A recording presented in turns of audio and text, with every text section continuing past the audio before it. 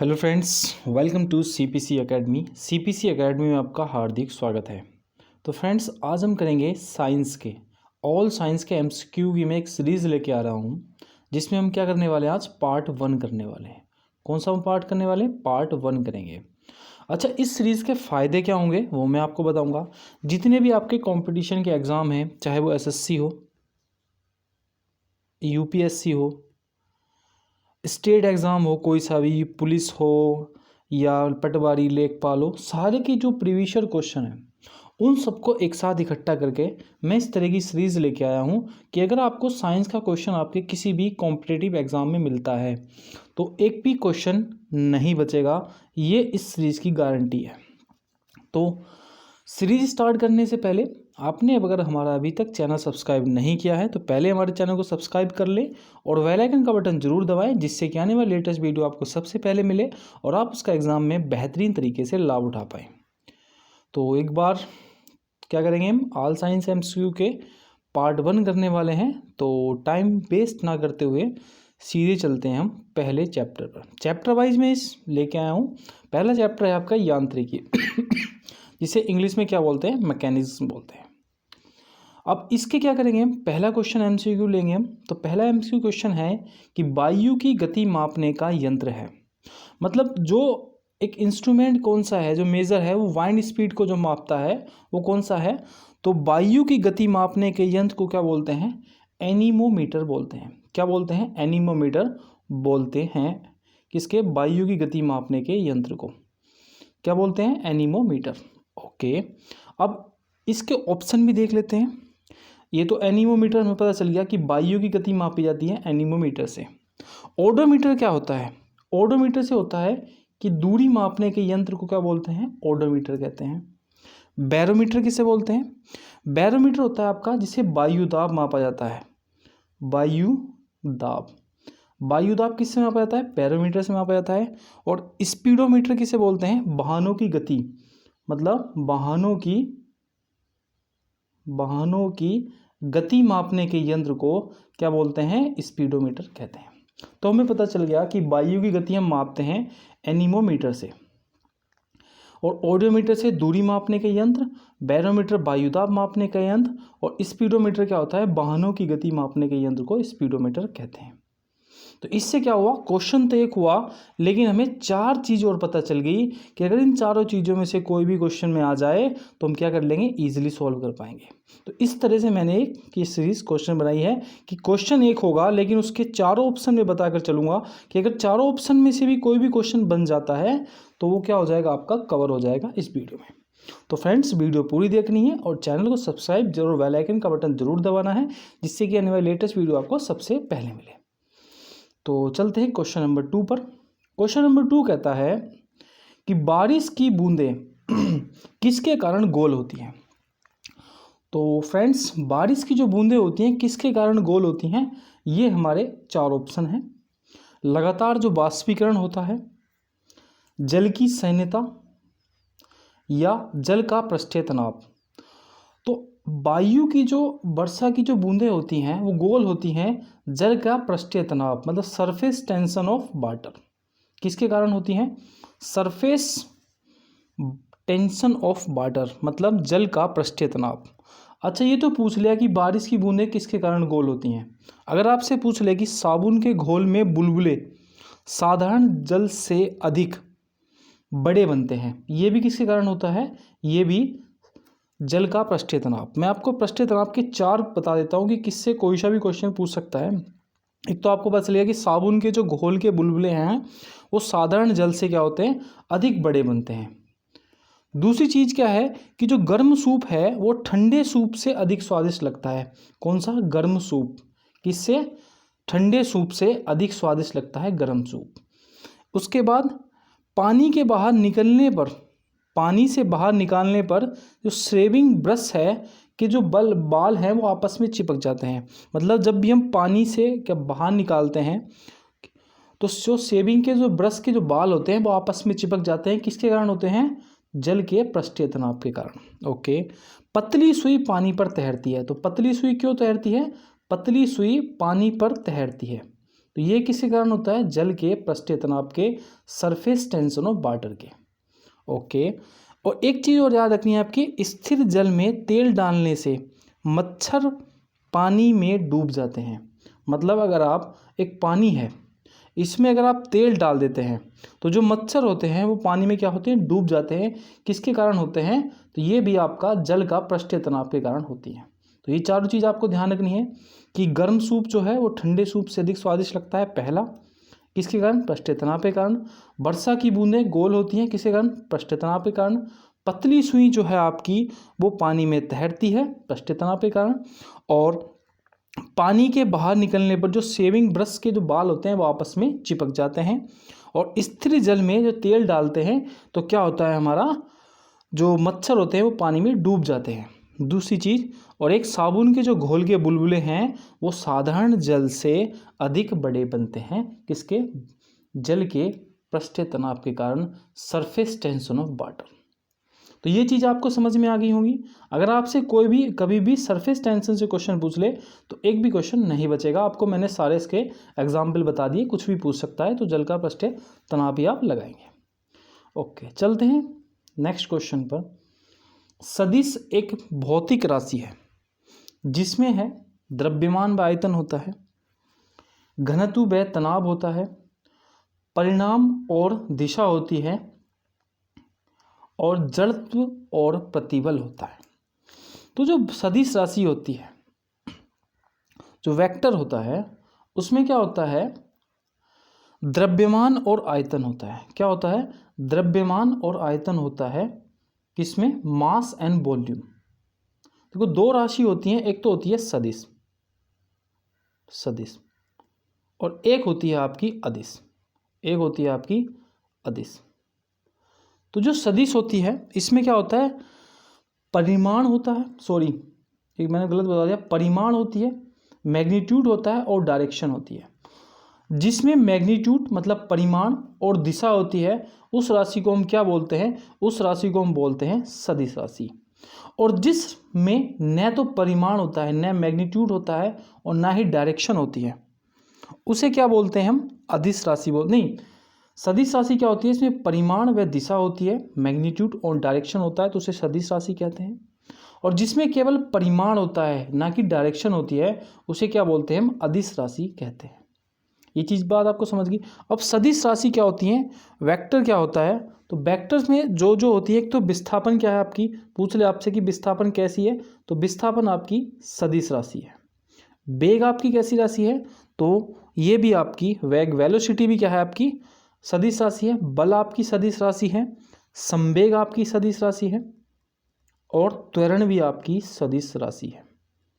काफ़ी बार पूछ लेता है कि विस्थापन कैसी राशि है, वेग कैसी राशि है, बल कैसी राशि है, संवेग कैसी राशि है, और त्वरण कैसी राशि है। और जिसमें केवल क्या होता है? मैग्नीट्यूड होता है, वो अदिश राशि कहते हैं, स्केलर कहलाते हैं।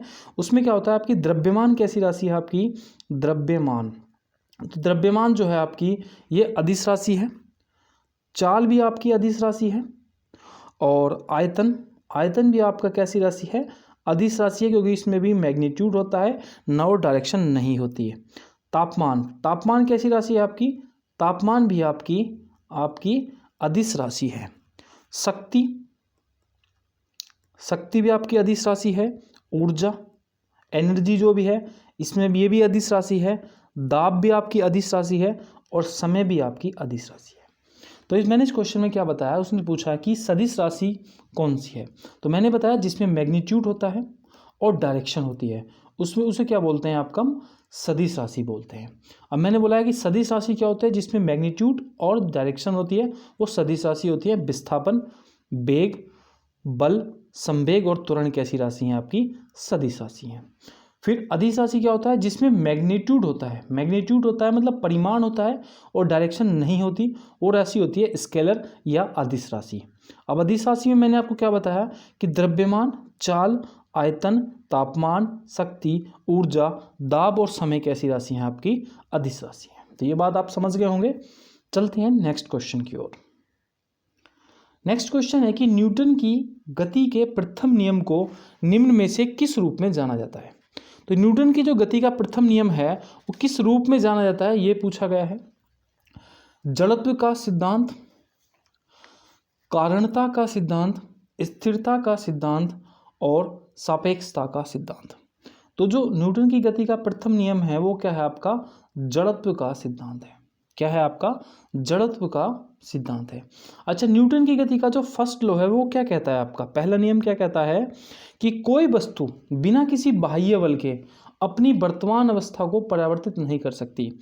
मतलब कोई वस्तु अगर स्थिर है, उस पर अगर धक्का नहीं मारेंगे तब तक क्या नहीं हो सकती, वो आगे नहीं चल सकती। अर्थात अगर वस्तु में गति है तो गति में, और स्थिर है तो स्थिरता में रहेगी, जब तक उस पर हम कोई बाह्य बल नहीं लगाते। मतलब उदाहरण से समझ सकते हो आप कि कोई गाड़ी चल रही है, अचानक गाड़ी चलने पर धक्का सा लगता है, क्या लगता है, धक्का सा लगता है, तो चलती गाड़ी से अचानक उतरने पर झटका लगता है। मतलब अगर गाड़ी चल रही है तो हल्का धक्का से लगेगा क्योंकि उसमें बाह्य बल लगा, और अगर चलती गाड़ी में अचानक उतरते हैं तो क्या लगता है हमें, झटका सा लगता है। अच्छा, पेड़ को जब हिलाते हैं तो क्या होता है, फल टूट के गिर जाते हैं। ये सब किसके सिद्धांत हैं, ये न्यूटन के गति के प्रथम नियम के सिद्धांत हैं, जिसे हम क्या बोलते हैं, जड़त्व का सिद्धांत भी कहते हैं। इतनी बात तो आप समझ गए होंगे। और आपने अभी तक हमारा चैनल सब्सक्राइब नहीं किया है तो प्लीज़ हमारे चैनल को CPC एकेडमी को सब्सक्राइब कर लें और बेल आइकन का बटन जरूर दबाएं, जिससे कि आने वाली लेटेस्ट वीडियो आपको सबसे पहले मिले और आप उसका एग्जाम में बेहतरीन तरीके से लाभ उठा पाएँ। नेक्स्ट क्वेश्चन है हमारा, नेक्स्ट है कि समुद्र जल से कितने किलोमीटर ऊपर एक तुल्यांकी उपग्रह स्थित है। मतलब तुल्यांकी उपग्रह, तो समुद्र तल से कितने किलोमीटर, एक मतलब सैटेलाइट बोल सकते हो आप, जियो सैटेलाइट। तो ये है आपकी 35,786, समुद्र तल से 35,786 किलोमीटर दूर क्या है आपकी, एक जियो सैटेलाइट है, जियो सैटेलाइट है। नेक्स्ट क्वेश्चन है कि 1 मीटर बराबर कितने मिलीमीटर होते हैं। तो 1 मीटर बराबर कितने मिलीमीटर होते हैं, तो आपको पता होगा कि 1 मीटर बराबर कितने 1000 मिलीमीटर होते हैं। कितने मिलीमीटर होते हैं, 1000 मिलीमीटर होते हैं 1 मीटर बराबर, कितने 1000 मीटर बराबर। तो यह ध्यान रखना है कि समुद्र तल से कितने किलोमीटर दूर एक जियो सैटेलाइट है, तो 35,786, और 1 मीटर बराबर कितने सेंटीमीटर, 1000 सेंटीमीटर। तो ये सारे क्वेश्चन जो है आपके एग्जाम में पूछे गए हैं, तभी मैंने इस तरह से ये क्वेश्चन की सीरीज आपको बनाई है कि आप इजीली भी समझ पाओगे, आसान भाषा में समझाऊंगा, क्योंकि साइंस एक डिफिकल्ट सब्जेक्ट है और लोग इसको बेहतरीन तरीके से नहीं समझाते, आसान भाषा में नहीं समझाते। मैं बिल्कुल आपको एक क्या बोल सकते हो, लोकल लैंग्वेज में समझाने की पूरी कोशिश करूँगा।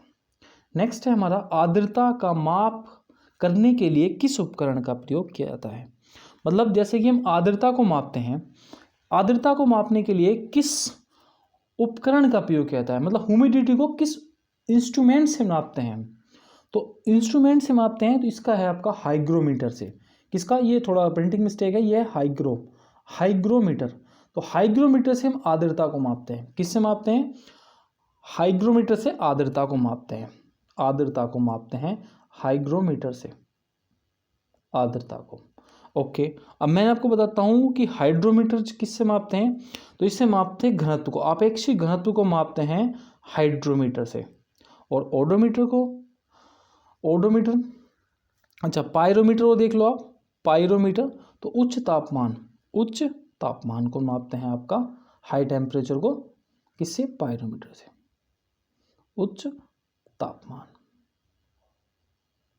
तापमान को मापते हैं आपका किससे, पायरोमीटर से। मतलब हाइड्रोमीटर घनत्व को मापते हैं, अपेक्षिक घनत्व को, और हाइग्रोमीटर होता है आर्द्रता मापते हैं, और पायरोमीटर होता है आपका उच्च तापमान। अच्छा, ओडोमीटर तो आपकी ध्वनि होती है, लेकिन आप कर सकते हो उसका पेडोमीटर कर लो आप, पेडोमीटर क्या होता है आपको कि कदमों की दूरी मापते हैं पेडोमीटर से। इसकी कदमों की दूरी मापते हैं आपकी पेडोमीटर से। तो ये समझ सकते हो आप। नेक्स्ट क्या है हमारा फ्रेंड्स, क्वेश्चन नंबर 8 है हमारा। और क्वेश्चन नंबर 8 को आप इस तरह से याद कर सकते हो, एक बार मैं कलर चेंज कर लूँ। अच्छा हाँ, कि उस वैज्ञानिक का नाम हमें बताना है जिसने सर्वप्रथम यह घोषित किया कि पृथ्वी सूर्य के चारों ओर चक्कर लगाती है। तो फ्रेंड्स, उस वैज्ञानिक का नाम है कोपरनिकस। क्या नाम है आपका, कोपरनिकस। तो कोपरनिकस ने हमें क्या बताया कि पृथ्वी सूर्य के ओर चक्कर लगाती है।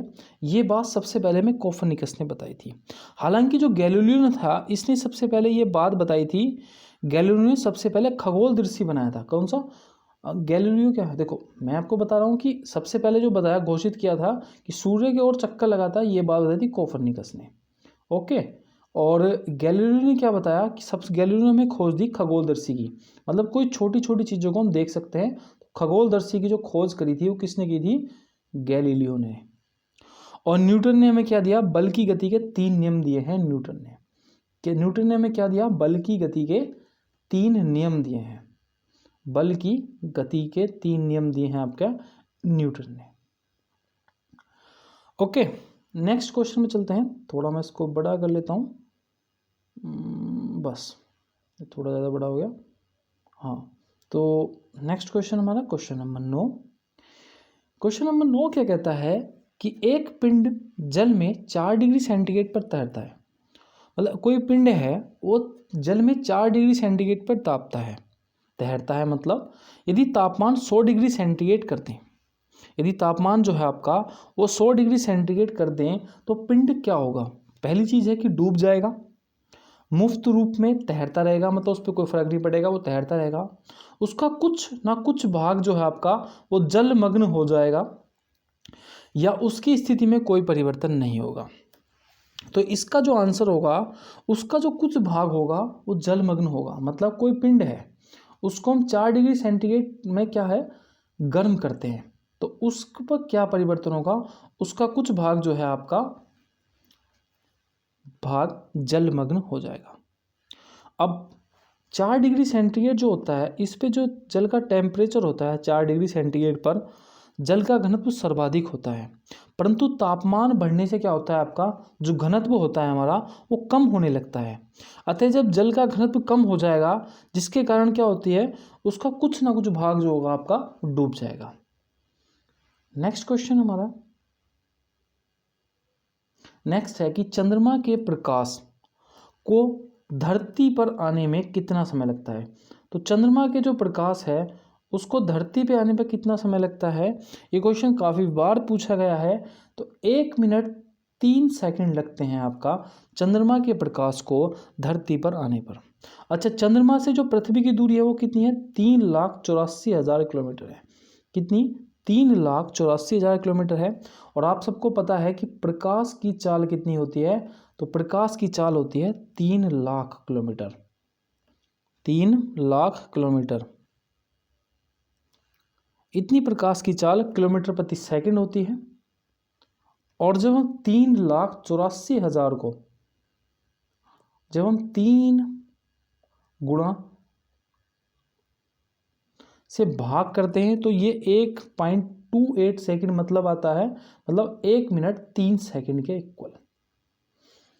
तो चंद्रमा से जो पृथ्वी की को धरती आने पर कितना समय लगता है? 1 मिनट 3 सेकंड का समय लगता है। नेक्स्ट क्वेश्चन हमारा कि रोड या रेल परिपथ पर वक्रों का झुकाव क्या प्रदान करने के लिए दिया जाता है। मतलब जो रोड और रेल परिपथ होते हैं उनको झुकाव क्यों दिया जाता है, उनके वक्रों को? तो अभिकेंद्रीय बल, उपकेंद्रीय बल, अपकेंद्रीय बल या कोणीय वेग। तो ये जो झुकाव दिया जाता है रोड और रेल परिपथ के वक्रों को, ये अभिकेंद्रीय बल के अंतर्गत दिया जाता है। मतलब जो आपका सेंट्रीपिटल फोर्स होता है उसके अंतर्गत दिया जाता है आपका अभिकेंद्रीय बल। क्यों दिया जाता है मैं आपको एक बार समझाता हूँ। इसलिए रहता है कि अगर वाहन रोड पर गिरता नहीं है अभिकेंद्रीय बल के कारण, मतलब पथ पे ही रहता है। जैसे कि हम देखते हैं कि पहाड़ों पर घुमावदार सड़कें होती हैं, या सर्कस में मौत का कुआं होता है, तो उस पर घुमाव ऐसा दिया जाता है कि इससे क्या होता है, आपका आदमी गिरता नहीं है। तो ये होता है सेंट्रिफ्यूगल फोर्स। नेक्स्ट क्वेश्चन हमारा नेक्स्ट है कि जब दूध को बिलोया जाता है तो उसमें से मलाई पृथक होने लगती है, तो ये किसके कारण होती है? तो जब हम दूध को बिलोते हैं तो मलाई जो है आपकी पृथक होने लगती है। तो ये है आपका अपकेंद्रीय बल के कारण। किसके कारण? अपकेंद्रीय बल के कारण है आपका मलाई अलग होने लगती है। ये किसके अंतर्गत है आपका? अपकेंद्रीय बल के कारण। अब ऐसा होता क्यों है? जब दूध को हम भिगोते हैं तो वह एक वृत्तीय गति में आता है, मतलब एक घूमने लगता है, सर्कल की में से घूमने लगता है, और वृत्तीय गति केंद्र से दूर हटने वाला एक अपकेंद्रीय बल कहलाता है। तो ये होता है आपका अपकेंद्रीय बल के कारण, जिससे मलाई जो है आपकी पृथक होने लगती है। नेक्स्ट है हमारा, हाइग्रोमीटर का प्रयोग किसे मापने के लिए किया जाता है? तो अभी मैंने आपको बताया था कि जो हाइग्रोमीटर का प्रयोग किया जाता है वो किसे मापने के लिए कहता है? आर्द्रता के लिए। आर्द्रता के मापने के लिए किया जाता है आपका हाइग्रोमीटर का यूज। आर्द्रता, आर्द्रता। ओके, दूध की शुद्धता किससे मापते हैं? तो दूध की शुद्धता जो है आपकी वो लैक्टोमीटर से नापते हैं।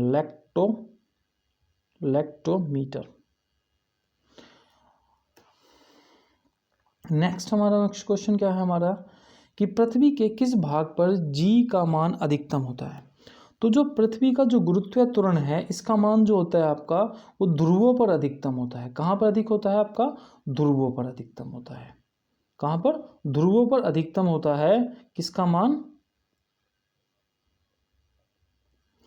पृथ्वी के गुरुत्वीय त्वरण का मान। नेक्स्ट क्वेश्चन पे चलते हैं अपने। नेक्स्ट है कि किस कारण से वर्षा की बूंदें गोलीयकार या गोलाकार होती हैं? तो अभी मैंने आपको बताया था कि जो वर्षा की बूंदें होती हैं वो किस के कारण गोलाकार होती हैं? तो पृष्ठ तनाव के कारण क्या होती हैं? वर्षा की बूंदें गोले आकार की होती हैं, पृष्ठ तनाव के कारण। नेक्स्ट क्वेश्चन हमारा, पल्सर क्या होते हैं? पल्सर, तो पल्सर क्या होते हैं आपके? तेजी से घूमने वाले न्यूट्रॉन तारा को क्या बोलते हैं? पल्सर कहते हैं। क्या बोलते हैं? तेजी से जो घूमने वाले न्यूट्रॉन तारे होते हैं उन्हें हम पल्सर कहते हैं। क्या बोलते हैं? पल्सर कहते हैं। एक आता है नेक्स्ट क्वेश्चन, क्या आता है, फिक्शन कोण और रेपीज कोण निम्न में से किस रूप में होते हैं? तो फिक्शन कोण और रेपीज कोण जो होते हैं वो एक दूसरे के समान होते हैं। कैसे होते हैं? एक दूसरे के समान होते हैं फिक्शन कोण और रिपोज कोण। कैसे? एक दूसरे के समान। नेक्स्ट क्वेश्चन हमारा, निम्न में से किस द्रव का घनत्व सबसे कम होता है? तो निम्न में से किस द्रव का घनत्व सबसे कम होता है? ये हमारा क्वेश्चन है। स्वच्छ जल का, नमकीन जल का, पेट्रोल का, या मरकरी का? तो निम्न में से किस द्रव का घनत्व सबसे कम होता है? तो ये होता है आपका पेट्रोल का। क्या होता है? इसका आंसर होगा पेट्रोल। पेट्रोल का जो घनत्व होता है उपरोक्त में से सबसे कम होता है। अच्छा, इन सब में सबसे ज़्यादा किसका घनत्व होगा? मरकरी का होगा, मतलब पारे का होगा, और न्यूनतम पेट्रोल का ही होता है, क्योंकि पेट्रोल पानी से ऊपर तैरता है, और स्वच्छ जल का घनत्व नमकीन जल की घनत्व की अपेक्षा कैसा होता है आपका? कम होता है, क्योंकि नमक डालने से क्या होता है आपका? घनत्व बढ़ जाता है। नेक्स्ट क्वेश्चन, किस प्रक्रिया से लालटेन या लैंप की बत्ती में तेल ऊपर चढ़ता है? तो किस प्रक्रिया से जो लालटेन होती है, ये लैंप की बत्ती होती है, उसके ऊपर तेल चढ़ता है? तो ये है आपका कोशिका तत्व के कारण। किसके कारण? कोशिका तत्व के कारण। कोशिका तत्व के कारण। कोशिका तत्व के कारण। अब क्यों होता है? अब किसी पतली जो होती है परख नली में द्रव का ऊपर या नीचे होना क्या कहलाता है आपका? मतलब कोई एक पतली परख नली है, उसमें द्रव मतलब पानी का ऊपर नीचे होना क्या कहलाता है आपका? कोशिका तत्व कहलाता है। पहली चीज तो आप समझ लो, मतलब लालटेन या लैंप में रखी हुई रुई की बत्ती में एक परख नली की तरह कार्य करती है, जिसमें क्या होता है? तेल कभी ऊपर चढ़ता है तो कभी नीचे चलता है। उदाहरण के रूप में जैसे आप फाउंटेन पेन देख लो, पौधों में पानी का जड़ों से पत्तों तक पहुंचना इत्यादि किसके कारण होते हैं? ये सब भी आपका कोशिका तत्व के कारण होते हैं। नेक्स्ट एक है आपकी नेक्स्ट क्वेश्चन, क्या है कि संहति और ऊर्जा के बीच किसने संबंध स्थापित किया है? तो संहति और ऊर्जा के बीच किसने संबंध स्थापित किया है? मास और एनर्जी के बीच में। तो ये क्या है आपका? आइंस्टीन है। आइंस्टीन ने क्या किया है कि द्रव्यमान, इसे बोलते हैं संहिति, या और एनर्जी के बीच में संबंध स्थापित किया है। आपको एक फॉर्मूला याद होगा, E बराबर mc²। ये क्या है? द्रव्यमान ऊर्जा के संबंध में किसने बताया? आइंस्टीन ने बताया था। नेक्स्ट, पनडुब्बी के अंदर समुद्र की सतह या भूमि के दृश्य देखने के लिए किस यंत्र का प्रयोग किया जाता है?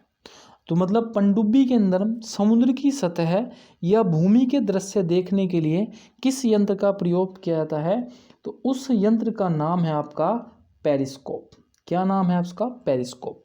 पेरिस्कोप का क्या प्रयोग किया जाता है कि अगर पनडुब्बी के अंदर से हम समुद्र की सतह देख सकते हैं और या भूमि का दृश्य देख सकते हैं पेरिस्कोप के माध्यम से। किसके माध्यम से? पेरिस्कोप के माध्यम से। अब भी इसमें ऑप्शन थे, एक था सेक्सटेंट। सेक्सटेंट क्या होता है? ये दोहरा परिवर्तनीय यंत्र है जो दो दर्शनीय वस्तुओं के बीच में कोण की दूरी मापने के लिए यूज किया जाता है, सेक्सटेंट। ठीक है। और उसके बाद आता है टेलीस्कोप। टेलीस्कोप क्या होता है? खगोलीय पिंडों की देखने की क्या है आपका? यंत्र है। खगोलीय पिंड देखते हैं हम टेलीस्कोप के माध्यम से। एक है स्टीरियोस्कोप। स्टीरियोस्कोप क्या होता है? यह एक ऑप्टिकल उपकरण होता है। कैसा है? ऑप्टिकल उपकरण। और पनडुब्बी के अंदर हम समुद्र की सतह देखते हैं पेरिस्कोप के माध्यम से। नेक्स्ट क्वेश्चन हमारा नेक्स्ट है कि समुद्र में ज्वार भाटा किसके कारण आता है? तो काफ़ी बार पूछा गया, ये ज्योग्राफी में भी पूछा गया है और इसमें भी पूछ लिया, साइंस में भी, मैकेनिज्म में भी पूछा गया है कि समुद्र में ज्वार भाटा किसके कारण आता है? चंद्रमा के कारण आता है, चंद्रमा के आकर्षण के कारण आता है, या सूर्य के आकर्षण के कारण आता है, या सूर्य और चंद्रमा दोनों के आकर्षण के कारण आता है, या इनमें से कोई नहीं। तो इसका जो आंसर है आपका कि समुद्र में जो ज्वार भाटे के आने का कारण है वो चंद्रमा और सूर्य के दोनों के आकर्षण के कारण है। किसके? चंद्रमा और सूर्य के दोनों के आकर्षण के कारण आता है आपका ज्वार भाटा। नेक्स्ट क्वेश्चन क्या है हमारा? नेक्स्ट है कि सौर परिवार में निम्न में से कौन सा ग्रह अधिकतम दूरी पर है? तो कौन सा ग्रह जो है आपका अधिकतम दूरी पर स्थित है? ये है आपका वरुण ग्रह। कौन सा ग्रह है आपका? वरुण ग्रह जो है आपका वो सौर परिवार में सबसे अधिक दूरी पर स्थित है। किसी भी दूरी मापने के लिए कौन सी सबसे उचित इकाई है? मतलब किसी भी तारे की जब दूरी मापते हैं तो उसमें सबसे उचित इकाई क्या है? तो इस क्वेश्चन का आंसर क्या होगा? कूलाम, प्रकाश वर्ष, नॉटिकल माइल या एम्पियर। तो किसी भी तारे की जब दूरी मापते हैं वो किससे मापते हैं? प्रकाश वर्ष से मापते हैं। किससे? प्रकाश वर्ष से। तो इसका आंसर होगा प्रकाश वर्ष। मतलब किसी भी तारे की दूरी मापने के लिए सबसे उचित इकाई है वो प्रकाश वर्ष है। अच्छा, कूलाम क्या होता है? इससे कौन सी दूरी मापते हैं? तो इससे आवेश मापता है, आवेश। नॉटिकल माइल से ये समुद्र की दूरी मापते हैं।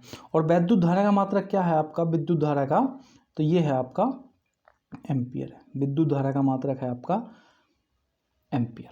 नेक्स्ट क्वेश्चन हमारा, क्वेश्चन क्या है हमारा? कोणीय संवेग की एसआई यूनिट क्या है?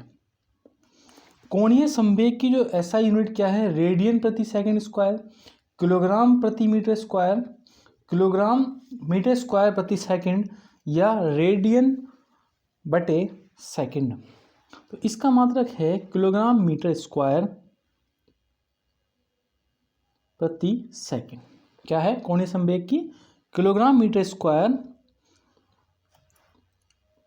प्रति सेकंड। कोणीय संवेग क्या होता है? कोणीय संवेग होता है आपका रेखीय संवेग,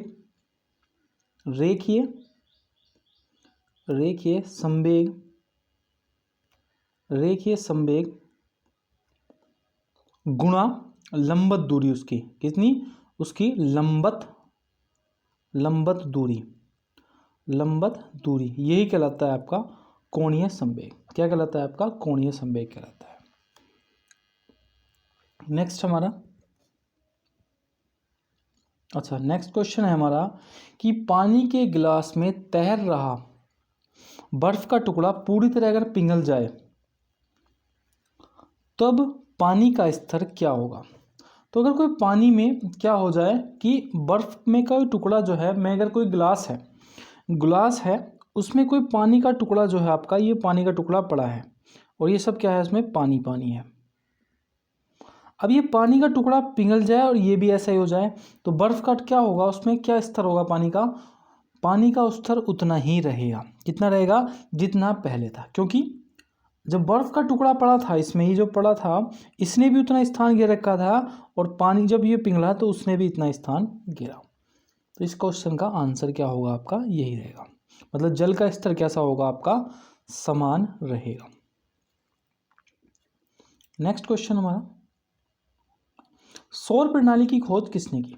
तो सौर प्रणाली की जो खोज की थी तो मैंने आपको बताया था किसने की थी, गैलीलियो ने की थी। किसने की थी, गैलीलियो ने की थी सोलर सिस्टम की खोज। सौर प्रणाली की खोज किसने की, गैलीलियो ने। और कोपरनिकस जो थे पोलैंड में जन्मे एक यूरोपीय नागरिक थे और एक खगोल शास्त्री भी थे और क्या थे आपके, गणितज्ञ थे। कौन, कोपरनिकस। और इन्होंने, कोपरनिकस ने भी, मैंने आपको क्वेश्चन बताया था कि सूर्य सौरमंडल के केंद्र में है, ये किसने बताया था आपका, तो ये बताया था आपका कोपरनिकस ने। और सोलर सिस्टम की जो खोज की थी वो आपकी गैलीलियो ने की थी। नेक्स्ट आंसर हमारा, क्वेश्चन आंसर क्या है कि किसके कारण द्रव्य की मुफ्त सतह एक सीट की तरह व्यवहार करती है तथा कम से कम संभव क्षेत्रफल में संकुचित होने की प्रवृत्ति रखती है, किस बल के कारण। तो किसके कारण क्या होती है, तो ये होती है आपकी ससंजन बल के कारण। किसके कारण, ससंजन बल के कारण। मतलब ससंजन बल के कारण क्या होती है, जो द्रव्य की मुफ्त सतह है कि एक सीट की तरह व्यवहार करती है, कम से कम संभव क्षेत्रफल को संकुचित करने की प्रवृत्ति रखती है ससंजन बल के कारण। ऐसा क्यों, क्योंकि एक ही द्रव के विभिन्न अणुओं के बीच में लगे आकर्षण बल को क्या बोलते हैं, आपका ससंजन बल बोलते हैं। मतलब जो एक ही द्रव है उसमें जो विभिन्न विभिन्न अणु लग रहे हैं, ये इनको क्या बोलते हैं, इनको क्या ही बोलते हैं, एक ही चीज को ससंजन बल कहते हैं। तो आप समझ गए होंगे। नेक्स्ट क्वेश्चन, द्रव की सभी दिशाओं में बराबर मात्रा में दबाव प्रसारित करते हैं, यह कहलाता है। मतलब जब हम द्रव की सभी दिशाओं में बराबर मात्रा में दबाव, टेम्परेचर क्या करते हैं, प्रसारित करते हैं, तो यह कहलाता है, क्या कहलाता है, किसका नियम कहलाता है, वॉयल का, पास्कल का, आर्किमिडीज का, या इनमें से कोई है। तो ये जो नियम कहलाता है ना आपका, ये कहलाता है पास्कल का नियम। पास्कल का नियम क्या कहता है कि जो द्रव की दिशाएं हैं उनमें जो दबाव है वो क्या है, बराबर मात्रा में हम क्या करते हैं, प्रसारित करते हैं। अच्छा, बायल का नियम किससे संबंधित है, अगर पूछ ले आपसे, तो बायल का नियम आपको याद रखना है गैसों से। किससे, गैसों से। और आर्किमिडीज का सिद्धांत है आपका उत्प्लावकता के विषय से संबंधित है। किससे संबंधित है,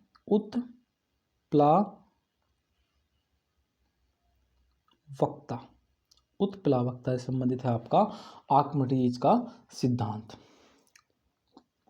नेक्स्ट क्वेश्चन क्या है हमारा, तो क्वेश्चन नंबर 30, बार किसकी इकाई है, बार किसकी इकाई है,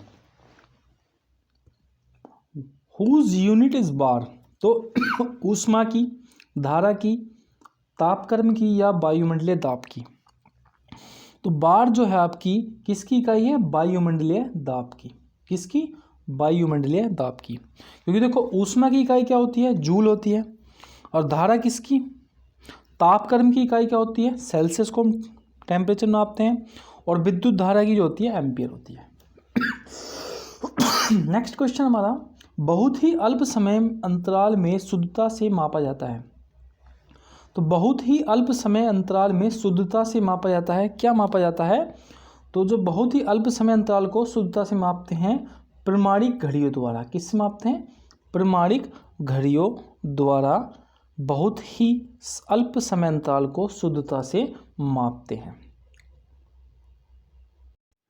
तो नेक्स्ट है हमारा कि जब दूध से मलाई अलग की जाती है तो क्या होता है। तो जो क्रीम है वो अलग की जाती है, किससे सेपरेट की जाती है, मिल्क से। तो दूध पर क्या प्रभाव पड़ता है, दूध का घनत्व बढ़ जाता है, दूध का घनत्व कम हो जाता है, दूध का घनत्व अपरिवर्तित होता है, या दूध अधिक गाढ़ा हो जाता है। तो जब दूध अलग कर दिया जाता है, मतलब दूध से मलाई अलग कर दी जाती है, तो दूध का घनत्व क्या होता है आपका, बढ़ जाता है। क्या होता है, दूध का घनत्व कैसा हो जाता है आपका, बढ़ जाता है। क्योंकि जो दूध का घनत्व जो है वो 3 चीज़ों पर क्या करता है, निर्भर करता है। किस पर, एक तो करता है जी आपका जल पर, किस पर, जल पर। एक निर्भर करता है दूध का घनत्व मलाई पर, मलाई पर। और एक करता है जी आपका SNF, SNF। मतलब SNF क्या होता है जी आपका, ये होता है सॉलिड नॉन फैट। क्या जी, क्या होता है, solid non fat, solid non fat. तो इन चीज़ों पर, एक तो जल पे, मलाई पे और SNF पे। अब क्या होता है, इन तीनों पर क्या करता है, जल का घनत्व निर्भर करता है। और जब मलाई का घनत्व कम हो जाता है तो कैसा हो जाता है आपका, जब दूध से मलाई अलग कर दी जाती है, दूध का घनत्व खुद ही कैसे हो जाएगा आपका, कम हो जाएगा। नेक्स्ट, दूध का घनत्व किससे मापते हैं, तो दूध को घनत्व किससे मापते हैं आपका, तो ये मैंने अभी बताया था आपको, लैक्टोमीटर से। किससे, लैक्टोमीटर से।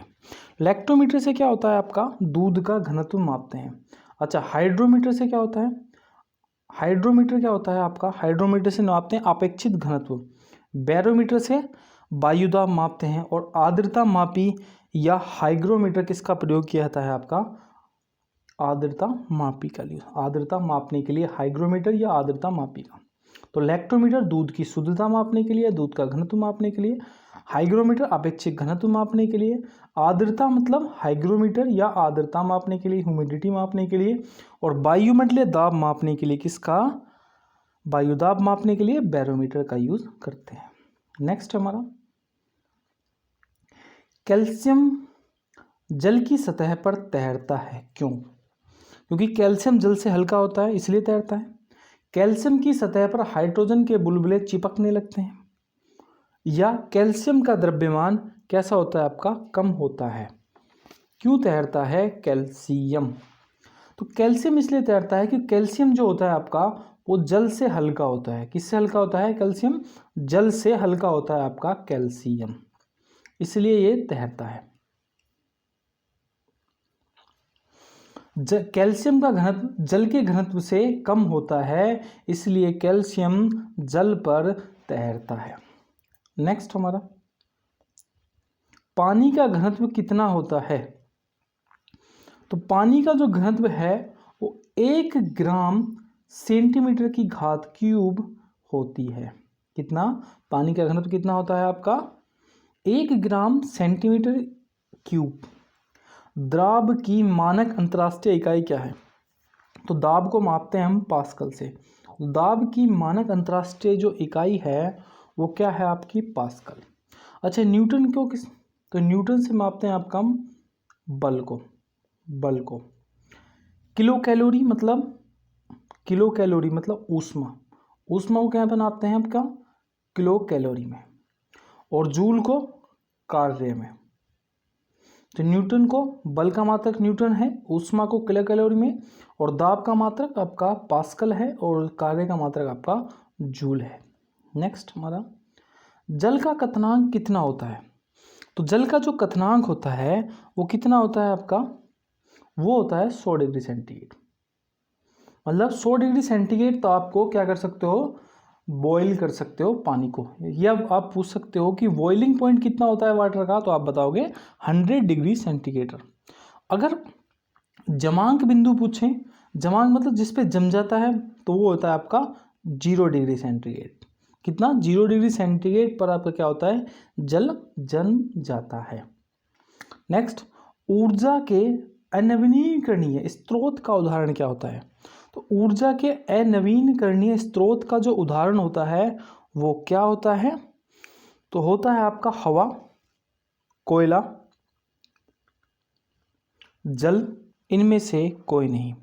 तो ऊर्जा के अनवीनकरणीय स्रोत का जो उदाहरण होता है वो क्या होता है जी आपका,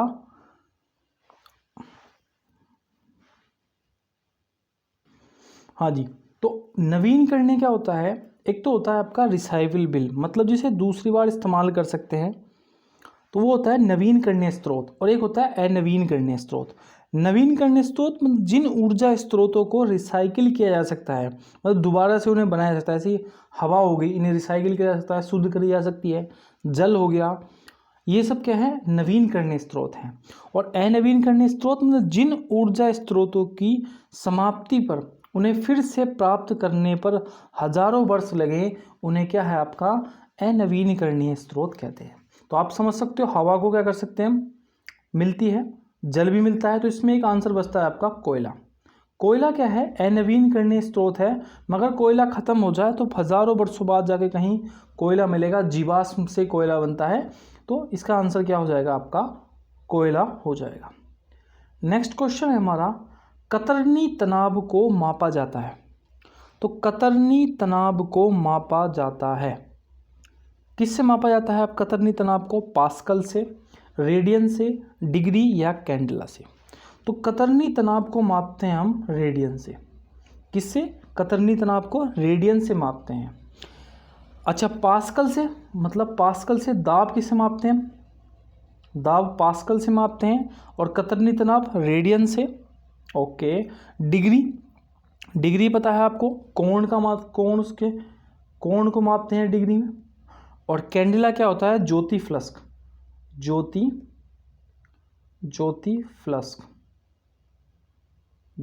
फ्लस्क, इसको मापते हैं हम कैंडेला से। मतलब दाब का मात्रक पास्कल होता है, कतरनी तनाव को रेडियन से मापते हैं, कोण को डिग्री से मापते हैं, और ज्योति फ्लस्क को आपको कैंडेला से मापते हैं। नेक्स्ट क्वेश्चन हमारा, कि न्यूटन की गति से संबंधित नियम को में कहा गया है, न्यूटन की गति से किस नियम में कहा गया है कि प्रत्येक क्रिया पर एक समान और एक विपरीत प्रतिक्रिया होती है। मतलब न्यूटन के किस नियम में कहा गया है कि प्रत्येक क्रिया पर एक समान क्रिया होती है और एक विपरीत क्रिया होती है। तो ये कहा गया आपका न्यूटन की गति के तीसरे नियम में। अभी मैंने आपको बताया कि न्यूटन का जो प्रथम नियम है वो क्या क्या कहलाएगा, हमारा जड़त्व का नियम कहलाएगा, जड़त्व का। ओके, दूसरा नियम क्या मैंने आपको बताया कि अभी क्या बताया तीसरे नियम में, कि एक क्रिया होती है, एक समान क्रिया होती है, एक विपरीत प्रतिक्रिया होती है। जैसे कि तैरते हैं तो समान तरीके से भी, मतलब आगे से भी फोर्स लगाते हैं और पीछे से भी हमारा फोर्स लगता है। रॉकेट हो गया, ये सब कैसी है, न्यूटन की गति के तृतीय नियम के अंतर्गत आती है। तो फ्रेंड्स, अगर आपको वीडियो अच्छी लग रही है तो कमेंट बॉक्स में ज़रूर बताना, और आपने अभी तक हमारा चैनल सब्सक्राइब नहीं करा तो भाई हमारा चैनल सब्सक्राइब कर लें, क्योंकि इस पे अच्छी वीडियो आती हैं जो भी आपके एग्जाम के महत्व को लेकर बहुत ज़्यादा महत्वपूर्ण है। नेक्स्ट क्वेश्चन क्या है हमारा, निम्न में से ऊर्जा का प्राकृतिक स्रोत नहीं है। तो प्राकृतिक स्रोत मतलब नेचुरल सोर्सेज ऑफ एनर्जी नहीं है। तो नेचुरल सोर्स ऑफ एनर्जी, देखो सोलर सेल क्या है आपका, नेचुरल सोर्सेज ऑफ एनर्जी है। बायोमास भी आपका नेचुरल सोर्सेज ऑफ एनर्जी है। हाइड्रो पावर भी आपका नेचुरल सोर्स ऑफ एनर्जी है।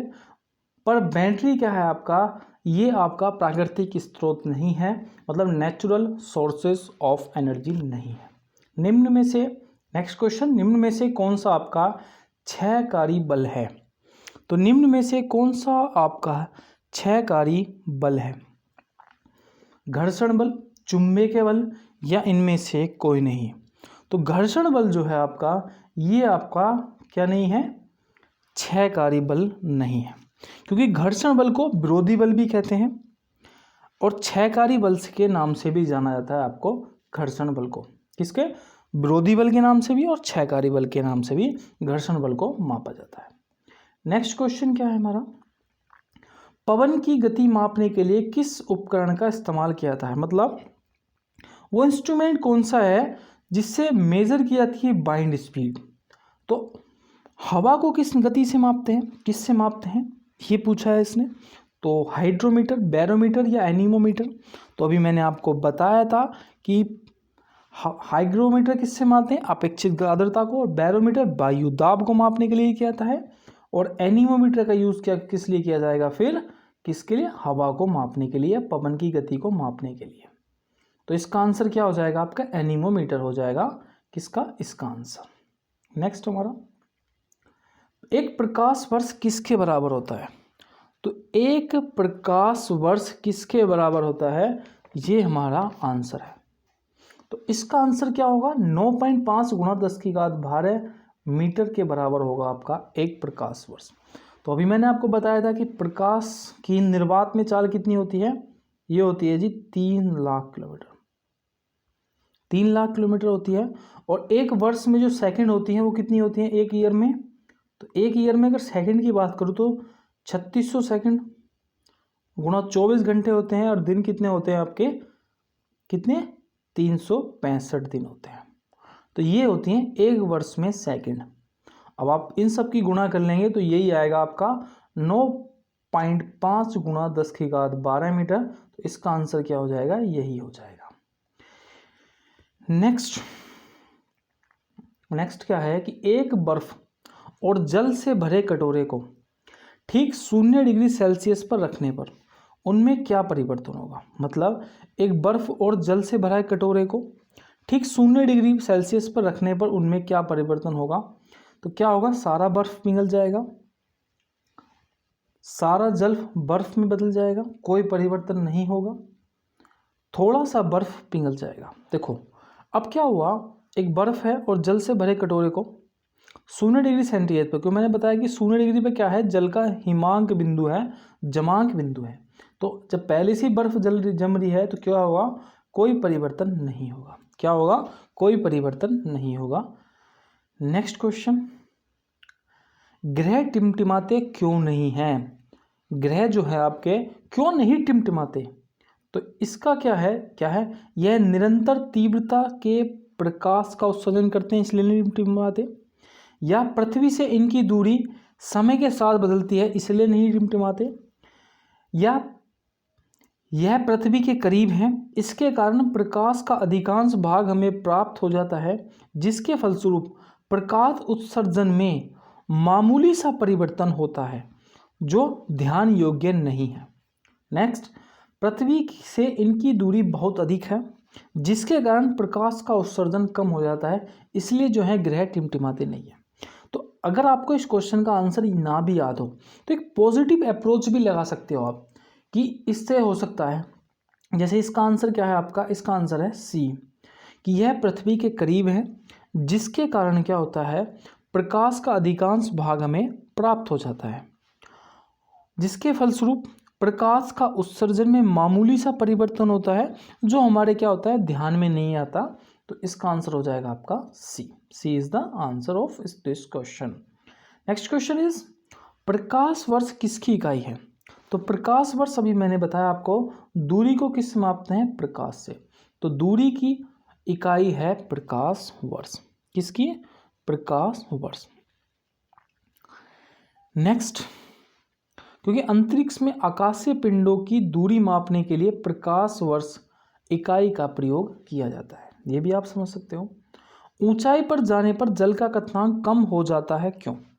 जब हम ऊंचाई पर जाते हैं, ऊपर चढ़ते हैं, तो जल का क्वथनांक क्यों कम हो जाता है? निम्न तापमान के कारण होता है, या निम्न वायुमंडलीय दाब के कारण होता है, उच्च वायुमंडलीय दाब के कारण होता है, या उस हाई टेम्परेचर के कारण होता है? तो जब ऊपर जाते हैं तो निम्न वायुमंडल क्या होता है?